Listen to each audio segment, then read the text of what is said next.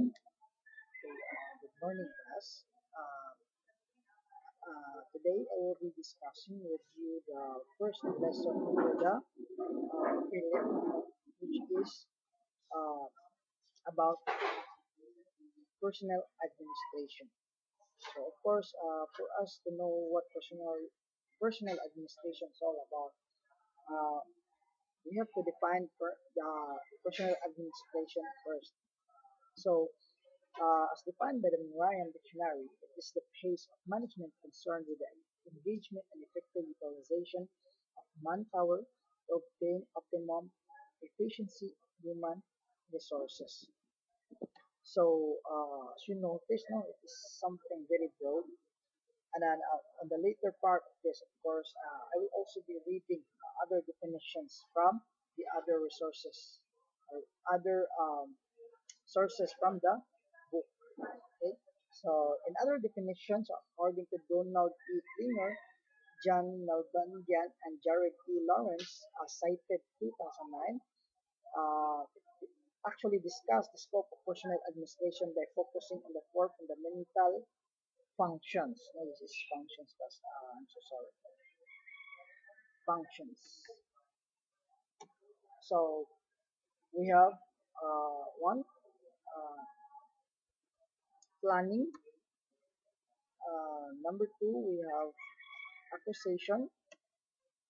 Number three, we have development. And number four, we have sanction. Now, what are these? So, before na nato no, himay-himay, no, kada usa, let's go back first to the definition of personnel administration.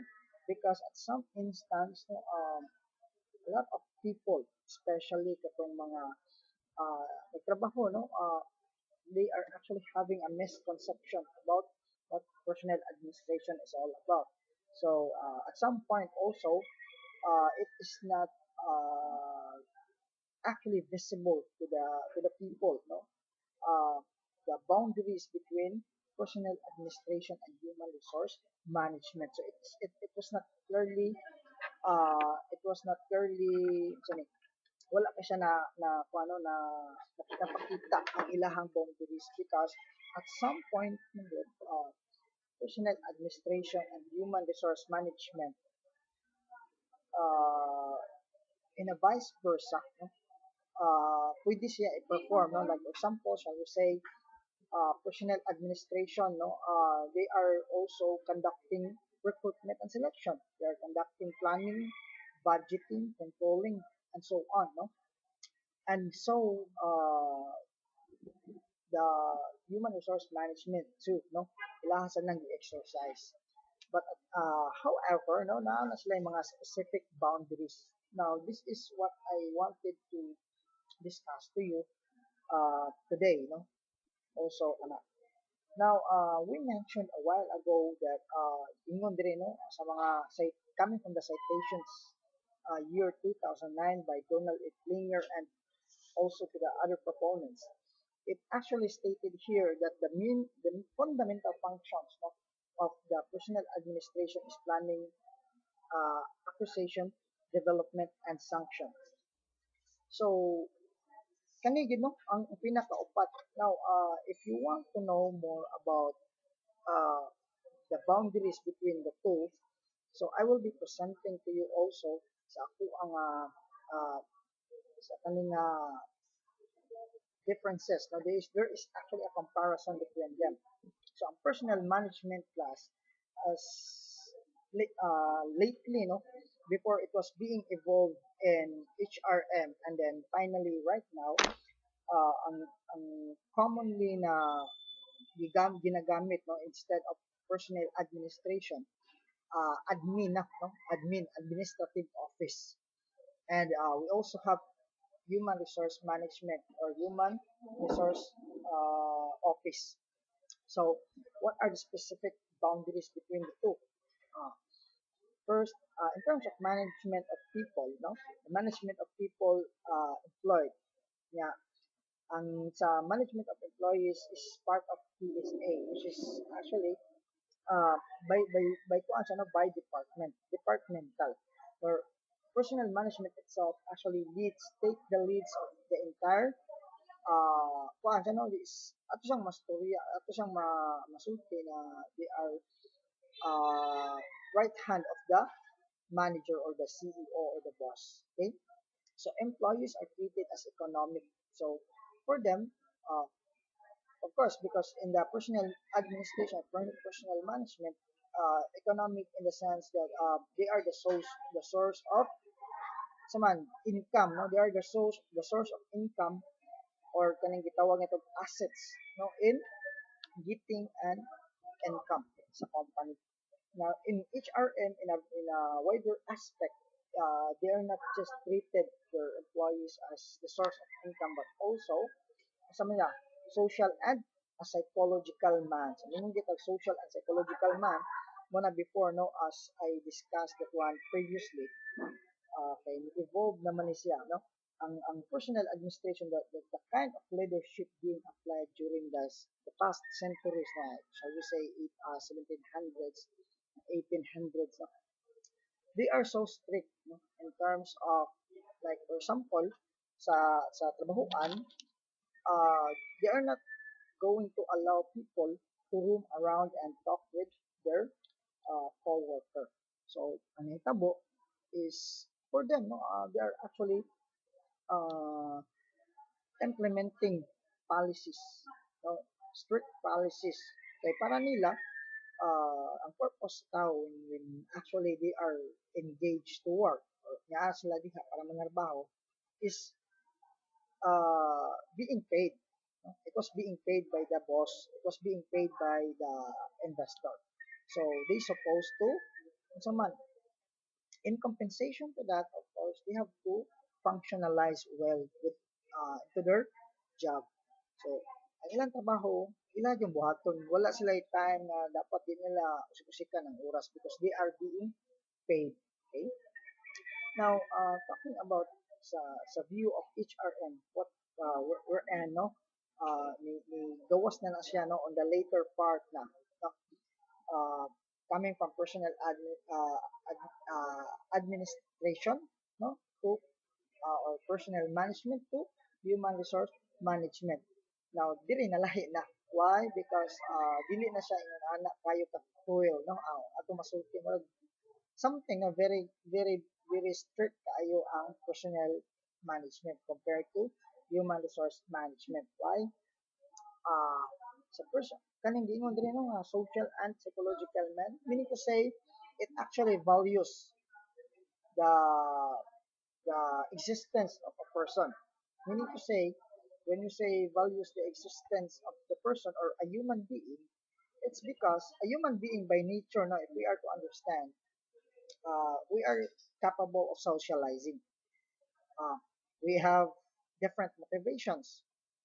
We have of course na mga ano mga instances na kita, mga instances na like for example we get demotivated no or we get upset when someone is actually ano bang stricter pud kaayo no.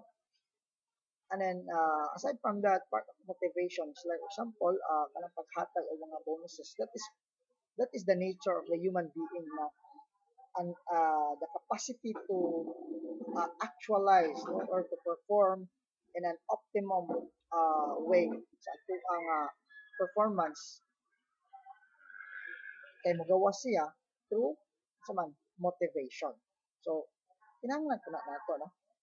So dire employees are treated as cost center. So dire as a HRM, employees are mostly used for multiple benefits. So like example, for them, no, for them is para nila when you are going to hire someone, especially inanin lang ang siyang ang setup no, in the view of personnel management, when adding another manpower could actually cost money. Uh, makagasto juga no. And even to like for example in a day-to-day nga operations no, it could actually cost money. But for them, in the view of human resource management, of course, they actually have a positive view about that one because manpower, no, even though they are because the moment that you're going to invest money, no, you're paying those people, you're giving compensations and benefits to those people, and at the same time, also you spend money for the day-to-day operations. Uh, in return, no, it can actually produce multiple benefits to the company. So ingon ana siya. So when you want to ano bang kung ganahan ka na imong kwarta mo tubo, so of course you have to invest. So that's the nature of business. That's the view of human resource management. So personnel management, employees are mostly used for organizational benefits. So ilang gigamit no for organizational benefit. HRM is treated as strategic function. Mingon tag strategic function, why? Because sa human resource management class, dili lang ingon no nga mingon ka nga bayaran ta ni sila, no? We are going to hire people, we are going to let them work, we are going to apply strict policy, and with that, of course, we can really assure no nga there is a return of investment that would come out after this one. But sa human resource management, they are applying strategic function in what way? For them, uh, they are going to get those people, no? Even during the first time, they are going to conduct a recruitment system or recruitment process.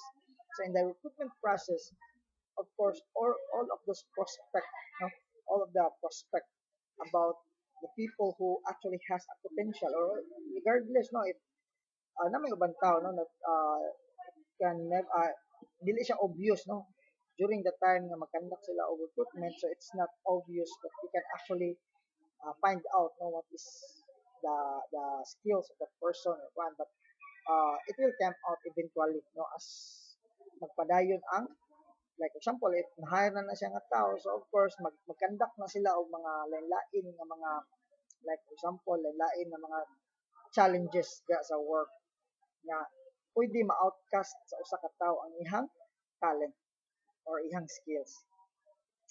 Next, personnel management treated as secondary function. Okay? Actions are based on business needs. So, please don't be misled. No, nahimo sa secondary function, just like what I've said a while ago. No, they are paano, they are the right hand of the boss. So of course, whatever will be the command of the boss, so it has to be done. So inana no ang kuha sa personal management. Inana sila very conforming to the boss no without even questioning no what would be the possible effect or the possible result with the implementation of, like example, a strict policy or another policy was being implemented. Yeah, mo siya for the purpose of reinforcing again no sa mga trabahante niya tungod ana no dili kalikaya no wala sila question about ana, but in the view of HRM, of course, before a boss would make suggestion, so it has to be put into a test that any member no from the HRM, especially kanang mga head nila, human resource manager na, so ila pa nang i-discuss it before it was implemented. So task and actions are based on procedure. So yes, it is based on procedure. Why? Because it actually applies legal standards. It actually applies sa mga specific, or like example in giving sanctions. So the to it no, though they are so strict about that one, but they are certain that that particular sanctions would kuan siya makatumbas siya sa usa ka violation. Tasks are nurturing sa human resource management, yes, no? Because that particular task given, di lang siya ingon ng hatag na siya for nothing, but it actually purports to discover the talent or discover the potential of that particular employee. Nurturing in the sense that after work, no, when they actually discover nga, like, just like example, dili man tanan no nga kana bang maka-outcast sa ilang potential because some of those people maybe they're not just good in that matter pero why is it nurturing? Because mahatag man sila og kanang like example, uh, mahatag sila og kanang motivations, no? For that, yung tagahanag motivation sa usa ka empleyado, nga mag-coaching sila. So it could actually really assure that there is a growth after training or after sa kanang task na ihatag. So management are decision is slow. Decision is slow. Why? Because they are too decisive in making decision. No? Ilahagi ng hunaon dili sa personal management. Ilang hunaon uh, ang sa HRM, kumusta man sir? Communication is direct. Why? Daghan mo sila galamay, no? Uh, Daghan sila gilamay and at the same time siguro in my view no before because I've been working in a big company. Sa una, ang kanang mga admin na mo silent, they are very silent, no? Unlike sa human resource management na it actually stands up as nasa sa tunga-tunga, no? In between the employer and employee. So what they are going to do, of course, whenever there are commands coming from the top management, they are going to go directly to the uh, supervisor in the particular department where an employee belongs. So inana sila ka ano, behavior ang sa ano ni, behavior is based on norm policies. Sa personnel management, behavior is based on norm policies. Yes, customs and practices. So kaning customs and practices, policies, mo yun siya nature sa personnel management. Just like for example, sa usa lang no kay gayon I could actually tell no, para dili maglibo no, ang kaning personnel management they are so strict in terms of compliance for the policy. Well, ang HRM, uh, same gyapon, no? But it's not that very kaning say tawag ani dili sila inana ka grabe jud kayo. They actually apply motivation. They actually apply kana bang sa mahinahon na paagi no like for example if a particular employee naka-violate siya for being kana bang sige na habitual tardiness. So of course it will go into process like for example tagaan pa tanong notice to explain. So with that there is an interaction between uh, the person who committed um, uh, or who violated the policy and to the human resource manager or supervisor. And after that, they're going to make remediation for that ano, kanabang erring behavior of an employee. So inaagyan na at least no it was being addressed properly. Unlike sa personal administration, no, most of the time, of course, ilahan no na uh, it was the people are actually bound to the policy of the company because they are part of the company. So the moment they committed a violation, so they are also subjected for saman. Sila no, silutan sa sila, tagaan sa sila og sanctions. So sa in terms of pay, no, there is a personnel administration. Pay is based on a job evaluation. So meaning to say, meaning get a job evaluation, it was not the people, but the job itself. Just like for example, if that particular job is not requiring a lot of skills or a lot of mastery to that particular employee.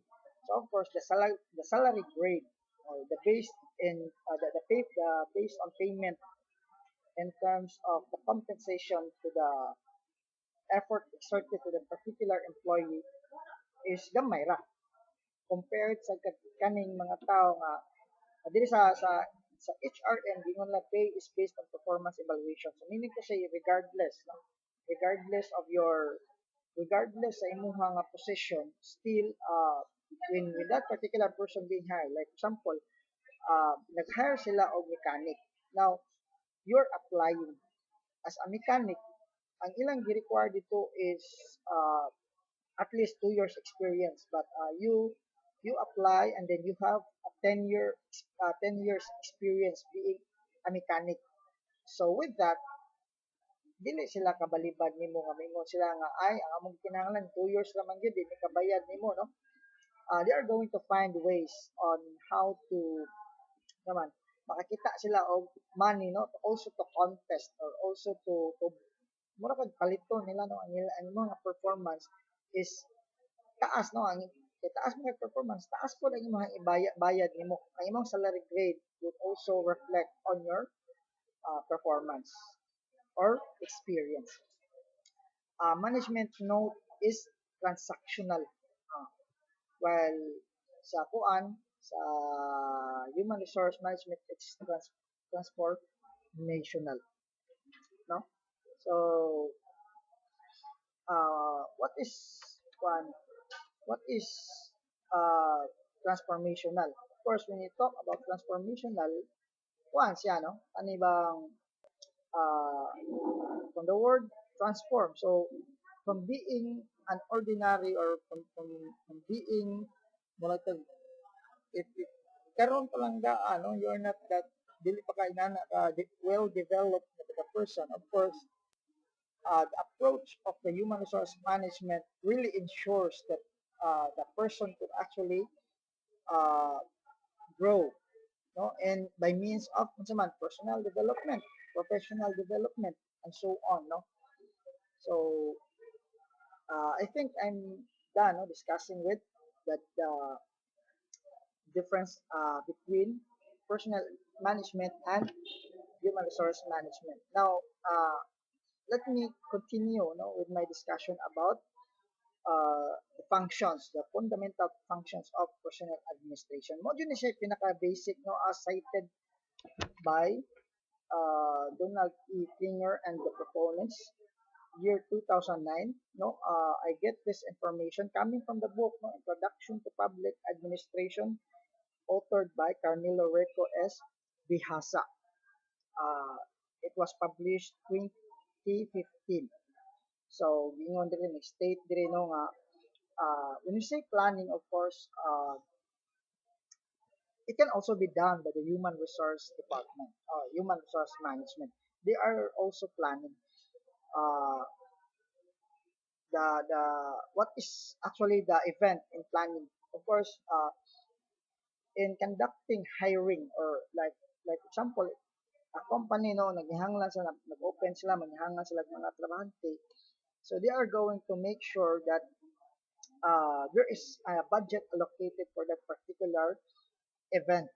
Kay it is very impossible to conduct hiring nya wala na kay budget. Sa mga budget sir, automatic din na sir kana mga snack sa HR, mga kuan sa HR no. Uh, the position, what I am referring is about the position. So before you are going to hire for someone no, to be situated in that particular position, there must be a budget. Like for example, shall we say, mingon ka nga mag-hire kag accountant. So right now, what is the what is the basic pay of an accountant? What are kanang benefits anyway that would come out no and can be deducted coming from the salary of the particular person. So ingon ana no, there must be a budget. Kay delikado ka. Why? The moment that you're going to hire that person and you lose a budget, nga imo nang tangtango na, you cannot just easily remove that person from the position no, without a due process. Nga dili pod ka pwede nga imong butang-butangan ang tao nga nakasala bisag wala para lang gyud matangtang siya kay surely you will be liable by or punishable by law. Uh, Next we have acquisition. Now the acquisition is a very helpful one. Why? when a company actually dili kay siya nana kadako ang iyang budget because it would cost a lot. Kay kanila laging planning, to tell you honestly, even there is a stage of planning when a company actually hires kana bang mag-post sila og hiring, of course they will be paying for that. Like for example, alis sila mag-post plus may nimo, mag-post sila sa job street. That is multimedia or media advertisement. Now, of course, surely they will be paying for that. Now, ang kaning accusation would sit in, no? If there is a person, no, who has a potential, no, to be situated in that position, no, coming from, it is a hiring class, it is an in-house hiring, no, coming from the organization, within the organization, ang tao nga ibutang alang nga position. So what will happen? So it could lessen the cost, no, the cost of hiring. So dili na kay madako ang gasto. But this is also very crucial. Why? The moment that the particular person, no, coming from that organization, within the organization, so meaning that is already an existing employee. Kung kanang tawhana dili na siya ka-functionalize well sa iyahang kining kanang bag-o nga posisyon nga iyang gi-applyan, ang mga muti ang agi, no, for sure, uh, magkagulo-gulo gid ang resulta. What is also kana bang an advantage, no, of hiring a new breed coming from the outside, which is not part of the organization, is you can hope, no, for another skills, no, oh, that could be an asset, no, to the organization. So you can actually find a new breed of people nga lain pud skills, lain pud talent, no, lain pud intelligence. So that's an asset for the company. Next, we have development. So, man ang development. So, from the word itself, development. So, once the person is actually hired, of course, they are going to train that person. No? They are going to conduct training, orientation, uh, job evaluation, performance evaluation. So, that is part of development. So, next, we have sanction. Yes. Now, this is something very serious when you talk about sanction because of course, no, para nato yung gitag sanction wala na dayon, no. This is uh, actually kaning sanction, no, uh, maayo man sa ning sanction, no, as long as it is actually taking the right process or the right procedure because uh, the company also are investing money. The company is also protecting its welfare, no, not to destroy the company, no, kanang mga mission, vision, goals. So actually, all of those policy being implemented to the particular organization is reflected from the goals, and the mission and the vision of the company. Now, when someone is actually tries to kana bang ignore or someone, no, violates the policy, no, lain man po kaayo, no, you're not going to do something or you're not going to do some actions. uh, that is the reason why the sanction exists. So if dili lang mapabadlong ang usa ka trabahante, I don't think there will be a problem about uh, having a sanction. Wala any problema, no? So those are the four major functions of personnel administration.